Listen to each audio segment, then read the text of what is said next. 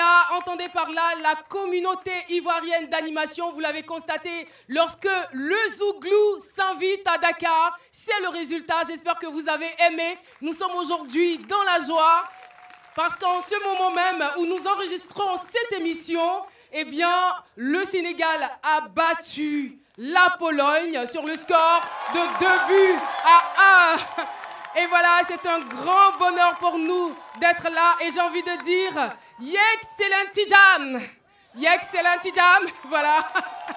Bienvenue à tous sur la terre de Macky Sall. En tout cas, nous sommes très très émus, très chers téléspectateurs et spectateurs, de vous retrouver ici. Eh bien, l'équipe est au grand complet. Avec vous, nous allons parcourir des moments. Vous savez qu'au sommaire de cette émission, il y a des témoignages toujours édifiants, inspirants. Il y a aussi de l'humour et bien évidemment des chroniques. Le temps pour moi tout de suite de vous présenter l'équipe du jour composée de Dr Philo. Et voilà, Dr Philo, qui a fait donc une entrée triomphale. Et merci de réserver aussi un accueil chaleureux à notre sage, le représentant des 3 sages, le sage Haïté.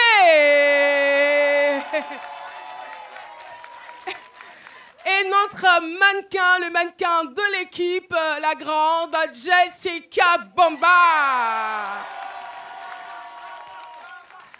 Et notre gosse sénégalaise, la gauche choc. Prissy, la dégameuse. Attention, sur le côté. Merci beaucoup. Alors, vous savez qu'au Sénégal, nous sommes environ, je dis nous, parce que nous faisons partie intégrante désormais de ce peuple. Nous sommes environ 16 millions d'habitants et il faut compter donc 10 000 Ivoiriens qui vivent ici, dont les 3/4 vivent à Dakar. La plupart d'entre eux ont quand même réussi à se faire une place au soleil. Eh bien, le témoin de ce numéro-ci est président du Club des jeunes entrepreneurs et intrapreneurs de Côte d'Ivoire. Il est à sa 16e année au Sénégal, mesdames et messieurs. Merci donc de décerner de vives ovations à l'endroit de monsieur Vamé Koulibaly.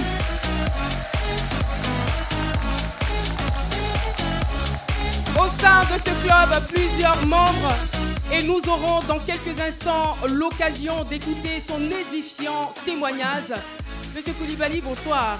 Bonsoir Caroline. Bienvenue sur le plateau de ce midi. Merci infiniment. Merci à vous de m'avoir fait honneur de m'inviter à cette célèbre émission de la télévision ivoirienne. Merci beaucoup. Est-ce que vous aviez auparavant rêvé que ces midis viendraient à vous ici à Dakar?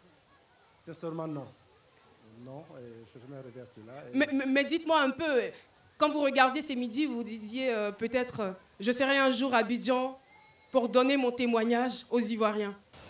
Effectivement, j'ai beaucoup rêvé à cela parce que je pense qu'il faut partager les bonnes expériences acquises au niveau du Sénégal avec nos frères de la Côte d'Ivoire. Et donc, j'étais impatient de passer ce midi et surtout partager cette belle expérience avec mes jeunes frères. Et voilà, ce midi est à vous, ce midi est à Dakar, ce midi est venu à la rencontre de son public, mais ce midi est aussi et bel et bien venu pour soutenir les lions de la Teranga. Et comme on a l'habitude de dire, la Côte d'Ivoire porte chance au Sénégal. Alors, le thème du jour, je vous le communique, ivoirien et chef d'entreprise à Dakar. J'exhorte à la jeunesse africaine à l'entrepreneuriat. Il a fait une entrée triomphale, Dr Philo. On va le retrouver tout de suite pour sa chronique. Je suis très heureux. Et quand je suis entré, au fait, le souci, c'est quoi? Quand j'ai fait mon entrée tout à l'heure, vous avez crié Philo, Philo. C'est à peu près le même public qu'à Abidjan. Mais là, si vous avez payé vos billets d'avion pour venir, je n'ai pas l'argent pour payer vos billets d'avion pour retourner. Et j'espère que c'est le public de Dakar. Et merci. Voilà, merci beaucoup. Et parler des lions, c'est ça, les lions. J'étais là tout à l'heure. Au fait, si vous voyez que je suis rentré, au fait, vous vous êtes installés avant moi. Il faut dire la vérité. J'étais avec les supporters de la Teranga en train de courir dans Dakar là. Parce que moi, j'étais perdu. J'ai dit, ah, où on fait émission là? Il faut aller vers là-bas. C'est un vieux qui a attrapé ma main pour m'envoyer ici. Et je pense bien que les Sénégalais méritent beaucoup d'applaudissements parce que c'est la fierté de l'Afrique. Et c'est pour vous dire que c'est ça. C'est ça. Quand Dieu est avec vous, il ne peut rien vous arriver. Et c'est là que j'ai vu lorsque les... Excusez-moi, ça ne fait pas partie de la chronique, mais c'est le témoignage. Lorsque comment on appelle, les Polonais ont marqué, quoi, on fait 2-1. C'est là, c'est-à-dire, à 5 minutes de la fin du match, il n'était même pas l'heure de la prière. Il y a une mosquée qui a crié Allah. J'ai dit, mais Dieu est avec eux. Et c'est cet exemple-là. Voilà, merci. Il y a un qui dit, il est venu à un mensonge là, ici encore. Est-ce que tu étais obligé de me suivre? Vraiment, je voudrais vous féliciter et dire que c'est ce que l'équipe du Sénégal est en train de faire, c'est l'actualité.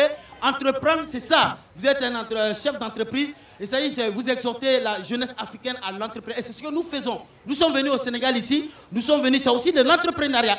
Voilà, on est entré ici, on va prendre pour nous pour partir un jour. Et c'est ce que les gens sont en train de faire. Et la jeunesse africaine, c'est ça de façon générale. Il ne faut pas céder. Quand on dit un chef d'entreprise rentre, il y a des chômeurs ici, vous n'applaudissez pas. Vous prenez des risques. Vous prenez... Non. Moi, je dis, vous prenez des risques. Voilà, je ne peux pas comprendre que quelqu'un qui cherche travail, le chef d'entreprise rentre, il est assis là, il n'applaudit pas. Moi, je fais à tout. Moi, je ne travaille pas. Mon frère, voilà. Merci. Merci, on ne peut faire que vous féliciter dans ce que vous faites, vous exhorter, parce que vous aurez vous asseoir sur votre argent. J'ai déjà l'argent, je m'assois, puis je n'exhorte pas les autres. C'est ce que d'autres font malheureusement. Mais vous, en tant que chef d'entreprise, vous exhortez la jeunesse. Ça veut dire que vous voulez que d'autres viennent manger un peu dans votre argent. C'est ce qui est bon, c'est la solidarité africaine. Et je voudrais vous féliciter et vous également écouter votre témoignage. Comment vous exhortez la jeunesse. Il ne s'agit pas de dire allez-y faire le gros diplôme, allez-y faire... Non. Donnez des schémas plus simples pour que nous puissions devenir comme vous un jour. Je vous en prie, on écoute votre témoignage. Merci beaucoup, Dr Philo. Oui, mais avant d'écouter son témoignage, nous allons partir pour le micro-trottoir. C'est parti, on écoute et on revient. Moi-même, j'ai déjà commencé à entreprendre. J'ai une petite entreprise de transformation de produits agroalimentaires que nous distribuons dans les grandes surfaces, les supermarchés, supérettes et autres. J'aimerais un jour créer des entreprises pour former des jeunes du pays, pour participer au développement de mon pays. Bien sûr, c'est l'un de mes rêves, vu que actuellement je suis ingénieur en télécommunication. Donc vraiment, je veux vraiment me lancer, peut-être même créer une entreprise pour essayer de former les jeunes ingénieurs en télécommunication parce que l'Afrique a besoin de ça. Le monde tend vers le numérique.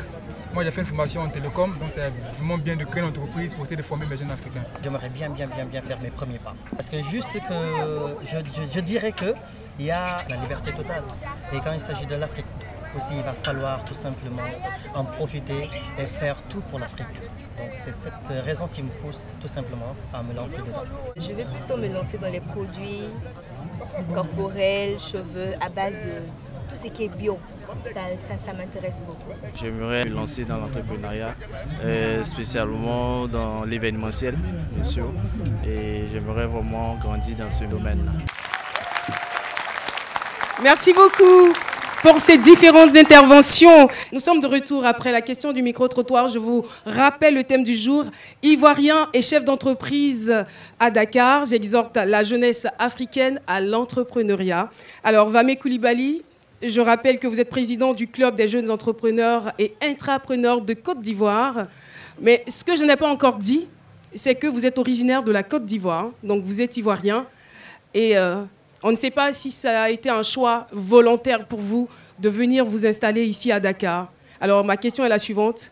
Quelles ont été vos motivations lorsqu'en 2002, vous preniez vos valises pour vous rendre ici à Dakar? Merci Caroline. Il est important de rappeler qu'en 2002, la Côte d'Ivoire vivait des moments très difficiles de son histoire. Alors, nous avons démarré une guerre malheureusement politico-militaire en 2002. Et donc, un ami, Alou Dramé, m'a dit, mais tiens, chez vous, apparemment, ça ne se passe pas bien. Peux-tu venir passer un bref séjour au Sénégal? J'ai fait mon trolley. Je viens juste passer une semaine à Dakar, en 2002. En 2007, je me trouve encore au Sénégal. Je me dis, mais tiens, quelque chose ne va pas. En 2002, en 2007, ça devient énorme. Et qu'est-ce que vous avez fait pendant ces 5 ans? Pendant ces 7 ans, naturellement, la première année, ne t'a pas préparé à passer plus d'une année au Sénégal. J'étais chômeur. Alors, après, en 2003, j'ai commencé à me former. Rappelons que j'étais géologue minier en Côte d'Ivoire avant de me convertir au management au Sénégal. Et donc, je fais du management, je fais un bachelor. Après, je me spécialise en marketing. Et avant la fin de ma formation, je suis alors coopté par une entreprise de la place, notamment une entreprise de la communication. Je me retrouve en train de travailler pour les multinationales qui m'ont permis d'aiguiser mes compétences. Je vois les budgets passer. Nous avons des budgets de plusieurs dizaines de millions. Mais quand je regarde ce que je gagne, c'est très peu. Je me dis, mais pourquoi travailler autant Alors j'ai décidé alors de me installer à mon propre compte. Et depuis 2008, j'ai créé International Deal Marketing, qui est une entreprise de communication qui intervient aussi dans du commercial. Et depuis lors, nous avons fait nos petits bouts de chemin. Mais je veux dire que c'est vrai que le parcours, il est quand même intéressant. On se dit, voilà, vous aviez quand même un bagage intellectuel avant de venir. Vous arrivez à Dakar, vous attendez de réaliser que les choses se calment avant de retourner à Abidjan. Mais non, vous faites 5 ans. Pendant ce temps, vous allez vous perfectionner dans d'autres domaines et vous mettez sur pied une entreprise. Mais à côté de cela, il y a eu forcément de grands moments de galère, des moments de difficulté. Comment vous les avez surmontés? Oui, effectivement, les moments de galère ont commencé en 2002, de mon arrivée au Sénégal. Je ne fais pas d'économie. Je vivais dans une famille sénégalaise, donc j'étais à la charge de mon ami, malheureusement, et ce qui me gênait. Quand j'ai commencé à me former en 2003, j'étais encore à la charge de mon ami. Et donc, il fallait trouver le moyen de se prendre en charge. J'étais souvent soutenu par la famille, mais c'était extrêmement difficile. Voilà. Le moment de galère, c'était vraiment quand j'étais en formation. Après la formation, trouver un emploi salarié est extrêmement compliqué, notamment au Sénégal et dans tous les pays d'Afrique en général. Mais heureusement, d'ailleurs, moi, avant la fin de ma formation, par rapport à mes résultats scolaires, j'ai été coopté par une entreprise. Donc, je peux dire que c'était d'abord une chance pour moi, mais l'entrepreneuriat, je l'avais depuis la Côte d'Ivoire. Je cherchais une alternative de pouvoir vraiment m'installer à mon propre compte. Pour pouvoir m'installer à mon propre compte. Maintenant, ma philosophie depuis la Côte d'Ivoire, c'est celle-là. Pour réussir, pour devenir riche, il faut 2 choses. Vous avez le choix entre créer votre entreprise et la maintenir en vie, ou faire de la politique et voler le peuple. Moi, j'ai alors décidé de créer mon entreprise et réussir par rapport à l'entrepreneuriat. C'est vrai qu'on n'a pas envie de faire de la politique, mais est-ce que faire de la politique implique nécessairement voler le peuple? Ce que j'ai pu constater de l'environnement africain, il n'est pas rare de voir des personnes avec lesquelles nous buvons du thé, et dès qu'elles arrivent au pouvoir, elles roulent dans la grosse voiture, dans la grosse maison. Et pour moi, ce n'est pas un modèle à promouvoir. Les leaders politiques doivent donner le bon exemple à la jeunesse africaine et ivoirienne. Donc c'est d'encourager les jeunes à travailler, c'est d'encourager les jeunes à s'engager dans l'entrepreneuriat, c'est d'encourager les jeunes à la méritocratie. Et moi, je voudrais être le champion dans ce domaine, faire la promotion de l'entrepreneuriat en Afrique et en Côte d'Ivoire. Et on constate bien que vous êtes aujourd'hui le président du Club des jeunes entrepreneurs. Alors, comment est-ce que c'est arrivé? Comment est-ce que vous avez créé ce club? On a créé ce club en 2004, précisément en 2004, parce que les Ivoiriens vivant au Sénégal étaient confrontés à un problème d'insertion socio-professionnelle. Ils n'arrivaient pas à s'insérer. Ensuite, ils avaient des problèmes à avoir des stages de soutenance. D'accord. Donc, quelques entreprises ivoiriennes installées ici aidaient ces jeunes-là à avoir ces stages de soutenance. Il nous fallait mieux nous structurer pour permettre à un grand nombre de jeunes, d'étudiants ivoiriens, à pouvoir avoir des stages de soutenance. Donc, le club... Excusez-moi de vous interrompre, mais est-ce que c'était forcément l'apanage des jeunes Ivoiriens? Parce que le problème de chômage, on va dire, il mine quand même toute l'Afrique, partant de là, tout le monde entier. Ah oui, Caroline, effectivement, c'est un problème qui est commun à tous nos États africains. Mais parce que moi, les Ivoiriens, je suis Ivoirien, je m'occupe d'abord de ma petite famille. C'était ça d'abord le premier deal. Mais le grand défi que nous devons résoudre en 2004, nous qui sommes engagés dans l'entrepreneuriat, c'est d'abord le défi de l'accès au marché, le défi de l'accès au financement, le défi de l'accès aux ressources humaines de qualité à bon prix. Nous devons d'abord être des entreprises viables et pérennes avant de pouvoir offrir des stages et des emplois à nos jeunes frères ivoiriens et en général africains. Donc il était important pour nous de nous structurer autour d'une organisation, d'une association, que nous appelons le club, pour nous permettre d'abord d'assurer notre pérennité, notre viabilité, avant d'offrir du stage aux jeunes africains ivoiriens. Alors, ce que je veux savoir, vous emmenez les jeunes à entreprendre, mais de façon pratique, qu'est-ce que vous faites exactement? Alors, de manière pratique, nous faisons d'abord ce que nous appelons l'orientation. L'orientation du jeune, c'est de permettre le jeune de comprendre l'environnement économique dans lequel il baigne. Le jeune qui sort d'une université ou d'une école de formation est spécialisé dans une formation. La filière de formation est différente de la filière d'insertion. Quand vous faites du marketing, vous pouvez être inséré en communication, en commercial, etc. Donc nous permettons aux jeunes de faire le choix de son métier, de sa filière d'insertion. Ça, c'est l'orientation. Secondo, nous offrons aux jeunes l'opportunité de découvrir le milieu de l'entreprise en offrant des stages de découverte, des stages de soutenance. Et quand ils sont bons, naturellement, nous les conservons parce que nous avons besoin, nous aussi, d'exister, de vivre. Donc, il nous faut les meilleurs pour avancer. Et les meilleurs au bon prix, bien sûr. Mais concernant cette orientation, est-ce que les jeunes sont obligés forcément d'être insérés normalement dans leur filière de formation obligatoirement? Nous qui sommes là, moi qui suis là par exemple, le placard est rempli de diplômes, mais toute ma vie, est-ce qu'ils sont forcément obligés d'être orientés dans leur filière de formation? Bon, là, à ce niveau-là, nous faisons ce qu'on appelle du coaching. Le coach, c'est celui qui aide une personne à réaliser ses objectifs personnels. Alors, si Philo a un diplôme de menteur qui veut être mon chargé de communication, tout de suite, je le recrute comme directeur de la communication. Oui. Vous voyez. Donc, nous appuyons les jeunes dans ce sens-là. Voilà. Donc, c'est par rapport à son projet personnel et professionnel. Là, nous les appuyons à structurer, à élaborer les projets personnels et professionnels. Le projet paraît très intéressant, mais en même temps, la question que je me pose, qu'est-ce que vous gagnez en retour? Parce que vous faites du coaching, vous permettez aux jeunes d'entreprendre, vous créez aussi, on va dire, du business pour ces jeunes, vous les mettez en contact avec d'autres entreprises. Vous gagnez quoi? C'est une très belle question. Je pense que c'est la question fondamentale même de notre association. J'ai dit à l'entame de mon propos que nous avons besoin, nous, d'exister. Parce que le marché de l'entrepreneuriat, c'est un marché où nous avons plusieurs services. Nous voulons les meilleurs pour nous. En appuyant ces jeunes, nous identifions les bonnes graines, les meilleurs, que nous recrutons. Voilà ce que nous gagnons. Et nous donnons en même temps l'opportunité à ces jeunes-là d'être insérés. Voilà un peu... Alors moi, ce que je veux savoir, c'est qu'en règle générale, toutes les personnes qui ont tendance à entreprendre, qui sont chefs d'entreprise, comme vous l'avez dit justement, pour être riche, il faut soit entreprendre, soit faire de la politique. Mais aujourd'hui, si tous les jeunes se mettent à réfléchir de la sorte, et c'est ce qui se passe, tous les jeunes sont convaincus qu'il faut tout de suite entreprendre.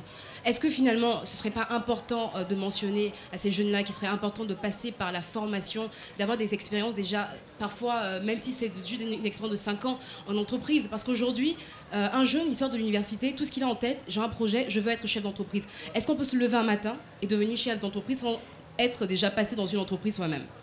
C'est une question très pertinente. Je prends l'exemple de mes frères qui sont des commerçants, ceux qui sont dans le milieu informel. Ils n'ont jamais été à l'école. Ce sont des très bons entrepreneurs.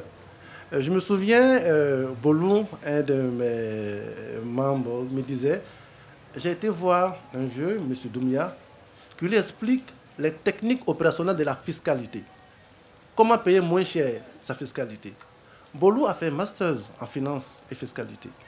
Il me dit, mais Koulibaly, je vais repartir à l'école. C'est-à-dire que dans la pratique, les vieux ont développé des bons réflexes. Donc, on n'est pas obligé forcément d'avoir des diplômes pour être entrepreneur. D'ailleurs, même les grands diplômés sont des mauvais entrepreneurs. Ils recherchent les cadres, les théories apprises à l'école, alors que ça ne marche pas dans le domaine de la pratique.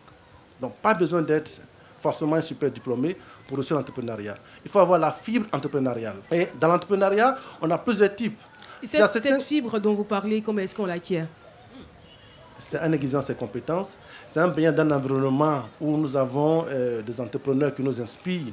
Voilà pourquoi je dis l'État, les États africains doivent faire la promotion des jeunes entrepreneurs qui ont réussi. Parce qu'aujourd'hui, ce que moi je vois à travers nos chaînes de télévision, on présente certains politiciens comme des modèles de réussite. Du coup, tous les jeunes veulent aller dans la politique pour devenir riches. Ça, c'est le plus mauvais modèle. Si nous voulons développer nos pays, il faut encourager les jeunes à aller dans l'entrepreneuriat et présenter de très bons modèles. Et il n'y a pas que les politiciens qu'on présente. Ces dernières années, on a assisté donc, on va dire, à une multitude de joueurs qu'on a présentés comme de véritables modèles de réussite. Alors, on continue notre entretien. Ce que je voudrais savoir, c'est vrai que vous nous avez dit, eh bien, vous coachez les jeunes, vous créez des entreprises, vous leur permettez de s'insérer. Mais la question que je vous avais posée, je n'ai pas eu de satisfaction par rapport à ce que vous gagnez en retour. Je reviens sur cette question avant de vous en poser une autre. Qu'est-ce que vous gagnez? Ce que nous gagnons dans le soutien, l'appui aux jeunes et à l'institution professionnelle, c'est d'abord l'identification des ressources humaines de qualité. D'accord. Voilà, que nous mettons sur nos projets pour avoir des services, produits de qualité. Et ça a été quoi la plus grande satisfaction de tout votre parcours? Ma plus grande satisfaction, c'est l'orientation d'un jeune ivoirien venu au Sénégal en 2002, qui était réfugié ici, qui dormait devant le bureau du ACR au niveau du Sénégal et qui aujourd'hui est en train de faire, grâce à notre appui, grâce à notre orientation, est en train de faire un doctorat en mathématiques. C'est ma plus grande satisfaction dans le travail que j'ai effectué. C'était un étudiant? Un étudiant, tout à fait. Il est en train de terminer son doctorat en mathématiques. Wow. Vraiment impressionnant ce témoignage. Alors, le sage. J'ai juste voulu savoir, mais quel est ce rapport entre l'entrepreneuriat et le doctorat? La première phase de l'entrepreneuriat, c'est d'abord l'orientation. L'orientation, c'est la phase au cours de laquelle nous permettons aux jeunes d'élaborer son projet professionnel. Bakary étant un jeune ivoirien qui a fait une série C, devait s'inscrire à l'université. Il faut l'accompagner dans l'élaboration de son projet professionnel, le choix de sa filière d'insertion. Et surtout, le soutenir moralement et psychologiquement parce qu'il venait de vivre vraiment les effets de la crise ivoirienne. Et donc, c'est ce soutien psychologique et moral que nous avons apporté à Bakary, ensuite l'appui à l'orientation qui fait ma plus grande satisfaction.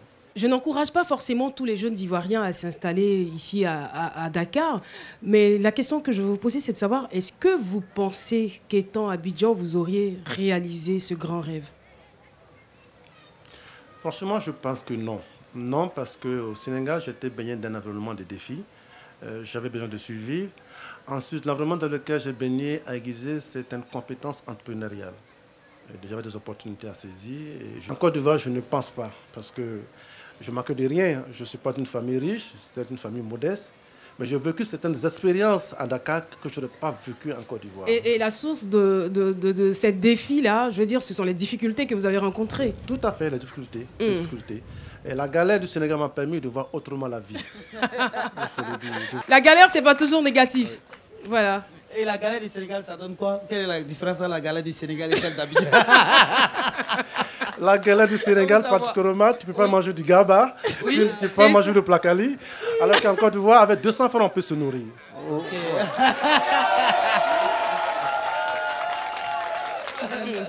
Mais ça vous dirait donc de retourner en Côte d'Ivoire? Si, mais à une seule condition. Si j'ai une opportunité d'affaires, j'y vais. Si le Sénégal m'apporte plus d'affaires, je reste au Sénégal. Si et c'est le cas à présent, le Sénégal vous apporte... Je dirais oui. Je dirais oui. Alors restez, restez donc au Sénégal et allez de temps en temps à Abidjan. C'est ce que je fais présentement d'ailleurs. C'est bien. Oui, allez-y, Jessica. Moi, je trouve votre témoignage assez édifiant dans le sens où vous êtes parti juste de la Côte d'Ivoire, vous êtes venu dans un pays voisin qui est juste à proximité, alors qu'aujourd'hui les jeunes rêvent de partir en France, aux États-Unis.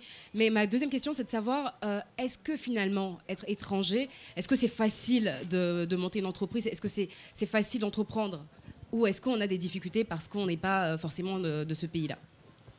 Aujourd'hui, avec l'OADA, entreprendre dans notre espace économique est devenu plus facile. Alors, je voulais profiter de votre question pour faire un petit témoignage. Dans ma famille, on m'appelle l'Africain. L'Africain parce que ma soeur est à Londres, mon jeune frère se trouve aux États-Unis, mon grand frère se trouve en Italie. On me dit, mais tu fais quoi en Afrique, toi?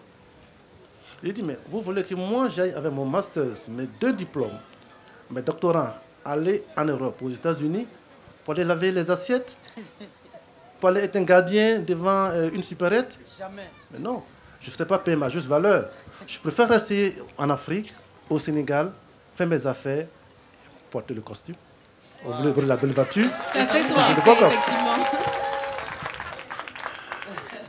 L'Eldorado, c'est aussi en Afrique, n'est-ce pas?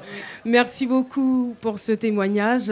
Ce n'est pas encore terminé puisque nous allons écouter les recommandations, peut-être, et les conseils du sage. Le sage Haïté, c'est à vous de jouer.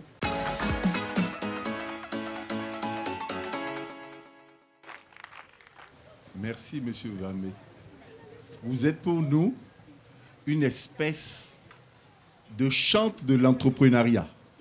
Vraiment, ce que vous êtes en train de faire, c'est encourager. Et nous voulons que votre exemple serve aux autres pour ils ne prennent plus la pirogue pour partir et que le Sunugal, c'est-à-dire notre pirogue, les ramène vers nos côtes et que d'ici, nous puissions entreprendre de très, très, très belles choses. C'est ma prière et c'est celle que je fais pour tout le monde. Merci. Amen. Merci infiniment, le sage Haïté. En tout cas, merci beaucoup d'être venu sur le plateau de ce midi. Et je ne sais pas si vous avez une adresse particulière à l'endroit de ces jeunes qui ont effectué massivement le déplacement pour être là ce soir. Je voudrais dire à cette jeunesse venir assister à cette très belle émission qu'en Afrique, nous avons tout. Nous avons tout pour réussir. Ce que nos frères font en Europe, s'ils le font en Afrique, ils auront le même résultat. C'est juste d'avoir une vision, c'est juste de croire en vous. Et pour finir, je voudrais dire à mes jeunes frères ivoiriens africains, personne ne va inventer votre avenir mieux que vous, même vos parents. Parce que vos parents voudraient que vous réalisez leurs rêves, leurs propres rêves professionnels. Qu'un parent oriente son fils en médecine alors qu'il a 8 de moyenne en sciences naturelles, il l'amène à l'échec. Qu'un parent dit à son fils, je voudrais avoir dans ma famille des policiers parce que je vais griller le feu, je vais avoir des médecins parce que je vais être soigné, je vais avoir des mécaniciens pour réparer ma voiture. C'est le projet de vos parents. Vous les jeunes, vous devez avoir vos projets personnels et professionnels. Croyez en vous, en Afrique, on a tous les moyens de réussir. Merci infiniment. Merci beaucoup pour cette belle conclusion. Je dirais donc à votre suite, je rajouterai, comme le disait Martin Luther King, si vous n'arrivez pas à courir, marchez. Et si vous n'arrivez pas à marcher, rampez. Le plus important, c'est de pouvoir avancer. Donc, avançons ensemble, très chers amis.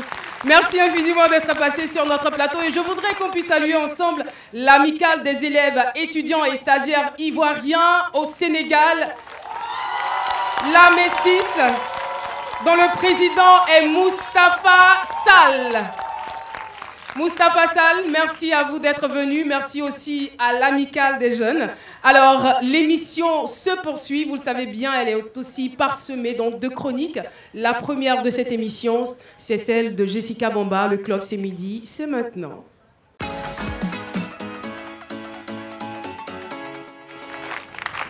C'est midi à Dakar. C'est vraiment, vraiment sympathique. On peut marquer le côté panafricain de cette émission-là. C'est également un événement car c'est la première fois que toute la team se retrouve lors d'un voyage et c'est un événement qu'on ne pouvait pas passer sous silence. Et d'ailleurs des silences, il y en a eu très peu depuis notre arrivée au Sénégal. La Caro Gang en escapade professionnelle dakaroise. C'est tout de suite dans le club, c'est midi. On regarde.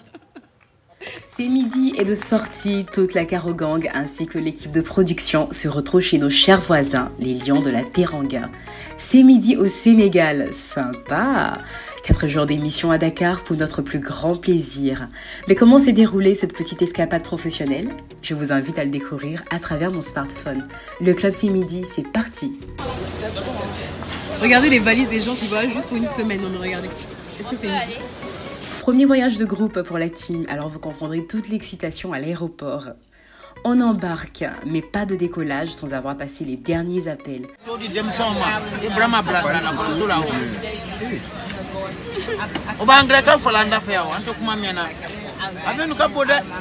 Bye bye Abidjan. Le vol s'est relativement bien déroulé, surtout pour Prissy et Marie-Paul, qui ont à peine vu passer ces 2 heures. N'est-ce pas les filles?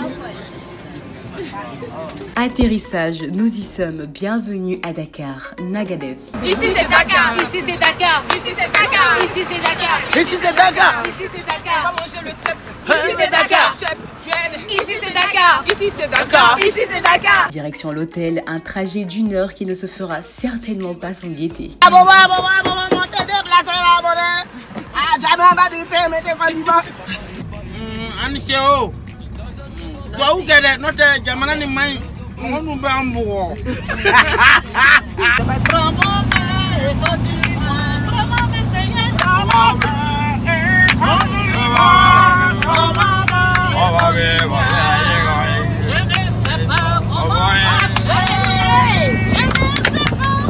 C'est les côtés quand ils vont vous dire.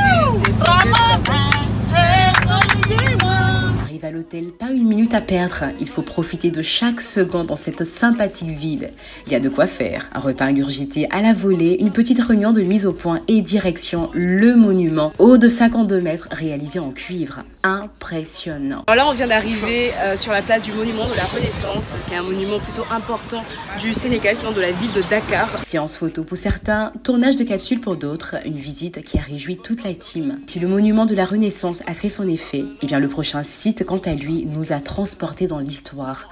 Un lieu symbolique où se mêlent tristesse, mélancolie, espoir et détermination. Un joyau que vous découvrirez dans la chronique de Jean-Michel Honin. Brise marine, couleurs chatoyantes, éclats de rire, agorés, la magie opère. On aimerait pouvoir y rester plus longtemps, mais le devoir nous appelle. L'ambiance se survoltait, cela n'aurait pas été possible de démarrer cette émission autrement. Sénégal, DKR, génération boule, fallait. Il aimait l'Afrique, mais la moulin l'a poussé à tailler.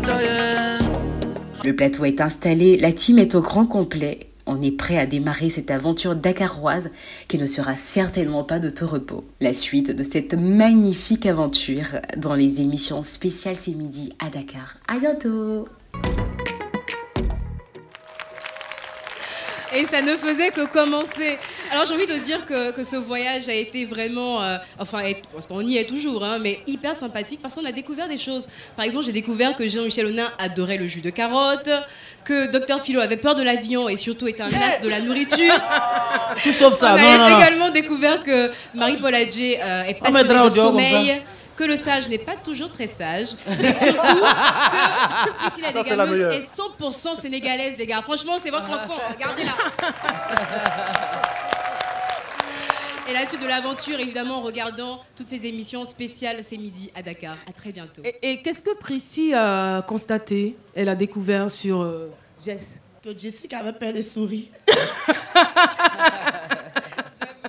J'avoue, mais à coup pas. Alors le club C'est Midi, c'est fini. On se retrouve pour d'autres très belles aventures. Merci beaucoup. On applaudit très fort Jessica Bamba. Alors, je ne sais pas si le temps nous le permettra, mais à la fin de cette émission, on aimerait bien apprendre à danser le mbalar. Est-ce qu'il y a de vrais danseurs ici? J'ai l'impression que non. Nous, là, on va tuer. On sait tout danser. Vous êtes sûr ou pas? Vous êtes calés? Est-ce qu'il y a des Ivoiriens ici? Est-ce qu'il y a des Sénégalais parmi nous? Y a-t-il des Burkinabés parmi nous?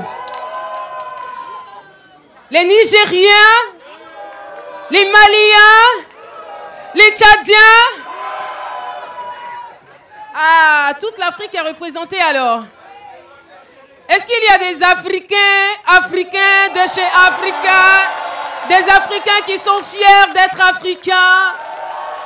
Des Africains qui sont prêts à se lever pour arracher leur victoire, qui sont prêts à se battre pour assurer leur lendemain? Est-ce qu'il y en a parmi nous? Merci beaucoup. Est-ce qu'il y a des Gassama parmi nous? Alors, nous allons poursuivre cette émission et recevoir à présent des invités surprises. Ils sont ici à Dakar, mais ils font partie aussi de la communauté ivoirienne. Il s'agit de M. Serge Agoussi, qui est chargé des affaires économiques, commerciales et de la communication de l'ambassade de Côte d'Ivoire à Dakar, et de Madame Mireille Anokoa, chargée des affaires consulaires et chef des services administratifs et financiers. Elle est la trésorière donc de l'ACID. Entendez par là la semaine ivoirienne de Dakar. Bonjour et bienvenue. Alors, avec vous, on parle donc de la semaine ivoirienne de Dakar. Alors, c'est de savoir quelles sont donc à l'origine les raisons qui ont donc suscité un tel événement, la semaine ivoirienne à Dakar. Merci beaucoup, merci Caroline. Il faut dire que notre mission première en tant qu'ambassade, c'est de faire la promotion de notre pays. Tout à fait. Et nous avons, pour cette mission, décidé cette année d'organiser une semaine au cours de laquelle la Côte d'Ivoire, notre pays, sera mise à l'honneur. Nous avons pensé à rencontrer des entreprises qui sont sur place ici au Sénégal, qui vont faire une pub, en fait, comment dire, se vendre. Se vendre, merci pour le mot. Alors, je vous en prie, il y en a tellement ici. Donc, en un espace, nous allons regrouper tout le pays en une semaine. Voilà un peu ce qu'on veut faire. À peu près cela, hein. Faire découvrir la Côte d'Ivoire dans toute sa diversité culturelle. L'objectif de cette semaine, c'est de déplacer Abidjan pour ne plus que ceux qui n'ont pas les moyens de se payer un ticket de car ou un ticket d'avion pour aller en Côte d'Ivoire pour découvrir à 0 francs à la semaine, ils découvrent tout Abidjan. Et il y aura du placali à la sauce plala. Avec du polo. Avec du polo en plus, là c'est gâté là. Mais est-ce qu'une semaine suffit pour tout ça là, tout ce que vous avez cité là? Une semaine, 7 jours? J'aurais préféré que vous disiez par exemple l'année ivoirienne à Dakar. Oui. En fait, si on dit une semaine, c'est pour donner le goût. Quand quelque chose est long... C'est vrai, s'ils sont tous rassasiés aussi, ils ne vont pas aller travailler. Exactement. Il n'y a pas que la gastronomie. Hein. Non, il n'y a pas que la gastronomie. Nous aurons un espace artisan. Il y aura aussi un espace mode et beauté. D'accord. Il y aura des conférences, des B2B et autres. Donc, nous ouvrons vraiment un espace pour tous ceux qui veulent venir s'imprégner d'abord de la culture et de la gastronomie ivoirienne, mais également qui veulent vendre. Et c'est en ce sens que je lance un appel à toutes les structures ivoiriennes ici, au Sénégal. Nous avons déjà contacté certaines, mais j'avoue qu'on est encore au stade des contacts et autres.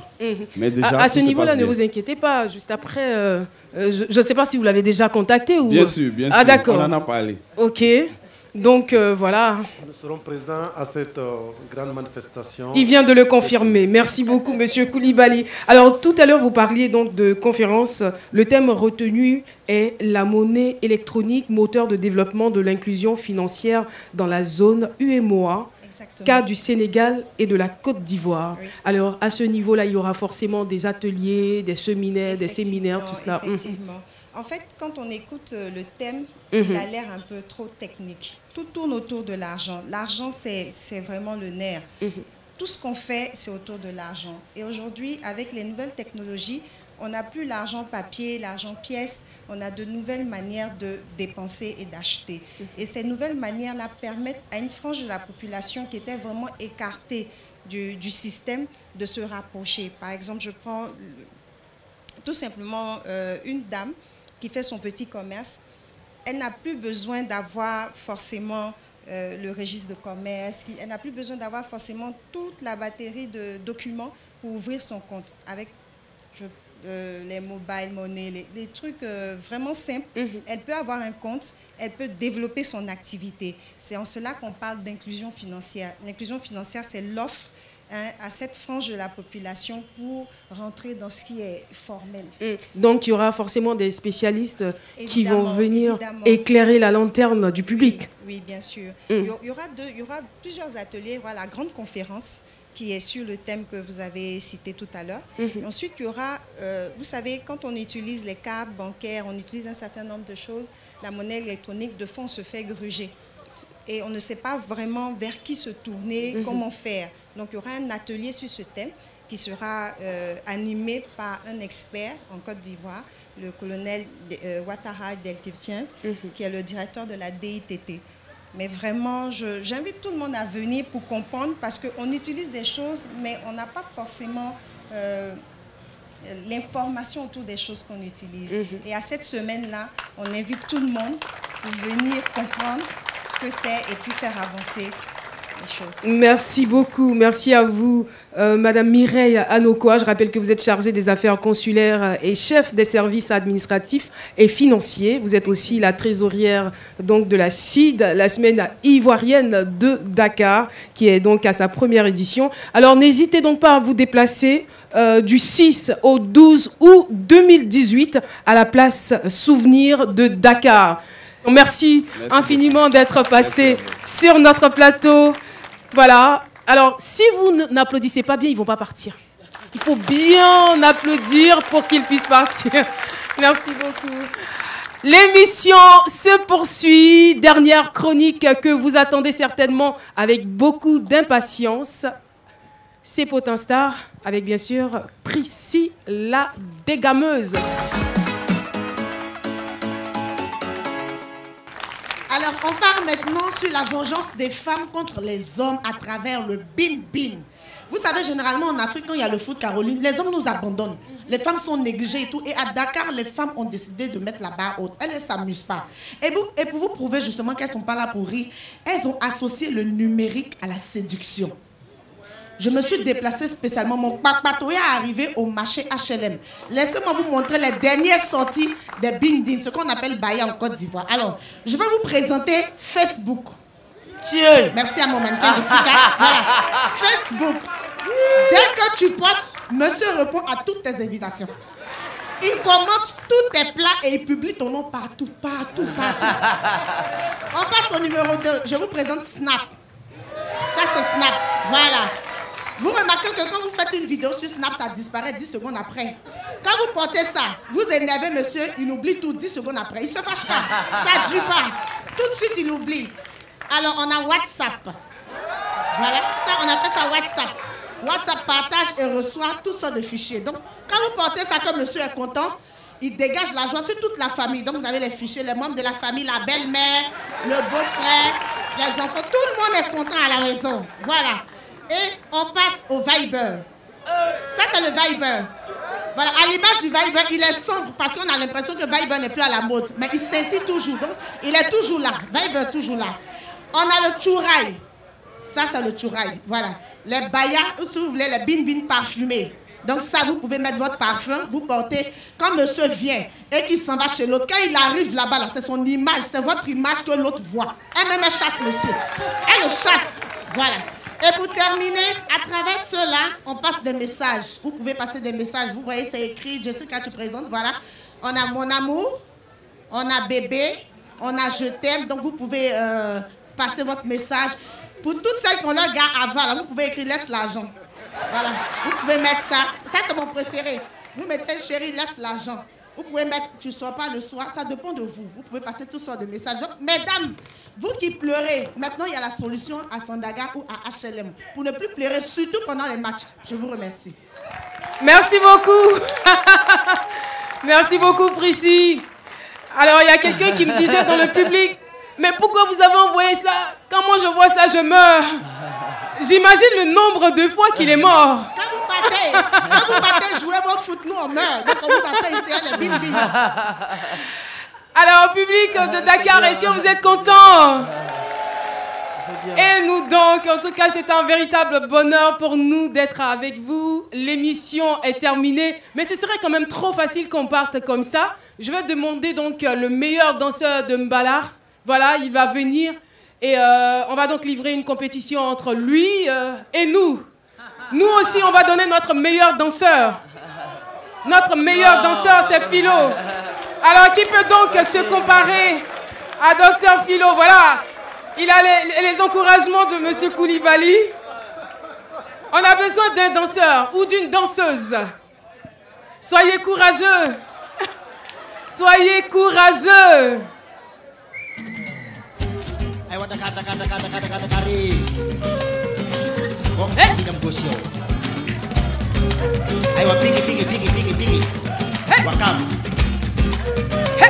Attrapez-moi sinon je casse ce coin.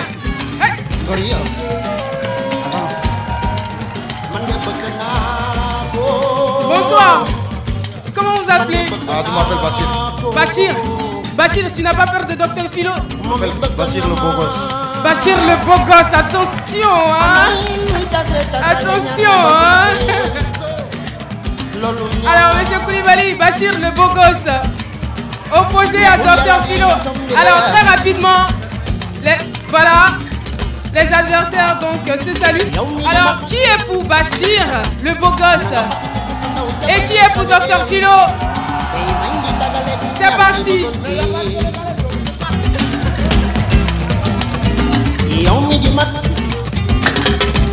Nangka pakin kesendau jabang naik dunia, bang aja. Domano tagale ñaar ñi bëggante yow mi di mat nanga fàttali ko sa ndaw ja ba ngay xale tey bañ di tagale ñaar ñi bëggante yow mi di mat nanga fàttali ko sa ndaw ja ba ngay xale ba nga jaar domano tagale ñaar ñi bëggante. Merci beaucoup. Alors là, on va pas tricher, on va bien les regarder. Docteur Philo, gâte le coin. Attends un peu. Docteur Philo, musique s'il vous plaît.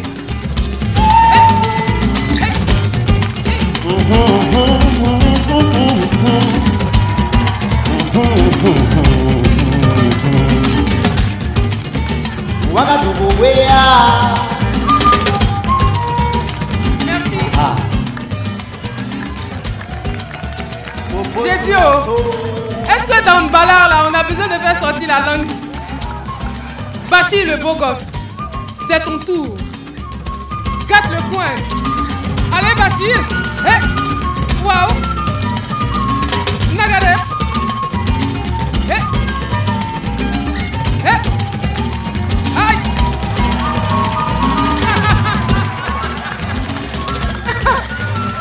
Merci beaucoup public d'être venu participer à cette émission. Demain, nous serons encore avec vous. En tout cas, soyez bénis, peuple de Dakar. On est fiers de vous, on est avec vous, on est de tout cœur avec vous. Allez les Lions, au revoir. Abidjan, on vous salue. Côte d'Ivoire, on a été très heureux d'être là. Au revoir. Aujourd'hui, c'est terminé.